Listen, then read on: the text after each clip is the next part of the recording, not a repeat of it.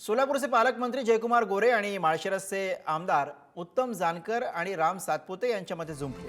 माळशिरसचे माजी आमदार राम सातपुते यांच्या हत्येचा कट रचला गेला होता असा दावा पालकमंत्री जयकुमार गोरे यांनी केला होता। यावरून आमदार उत्तम जानकरांनी पलटवार करत मुर्दाड माणसाला कोण मारणार अशी खोचक टिप्पणी केली होती।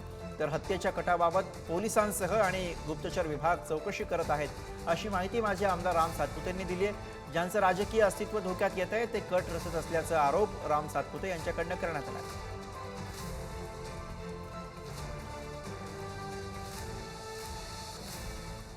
ज्या पद्धतीची मतं भारतीय जनता पक्षाने गावागावात घेतली त्यातून अनेक कार्यकर्त्यांना दमबाजी मारहाण हे प्रकार झाले। त्यातून एक तर विषय असा समोर आला की आमचे तिथले माजी आमदार राम सातपुते यांच्यावर हल्ला करण्याचा प्रयत्न झाला आणि एक माहिती अजून पुढे येते की आज पोलीस तपास करतायत की त्यांच्या खुनाचाही कट करण्यात आला आणि तो कट कुणी केला हेही आपल्याला या अनुषंगानं भविष्यात समोर येईल त्या माहिती सगळ्या।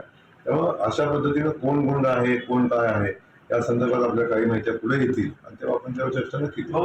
त्यांनी जागावपणा केला तो असा तो पिस्तूल नसतं का त्यांचं गुलालाचं ते त्या बाबा मानेच्या तोंडावर मारण्याचा प्रयत्न केला आणि त्यांची मतमोजणी होती आणि ते हरले अशी बातमी आली।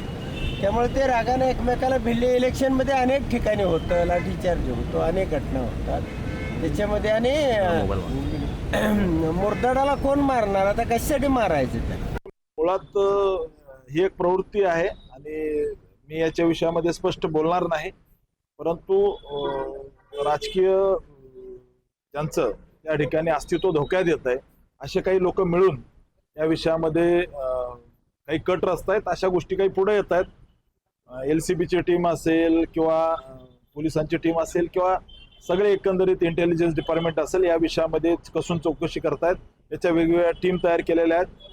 माळशिरस तालुक्यातल्या काही लोकांचा याच्यामध्ये सहभाग असण्याची शक्यता या ठिकाणी वर्तवण्यात येते। त्या विषयामध्ये एकेकाला बोलवून तपास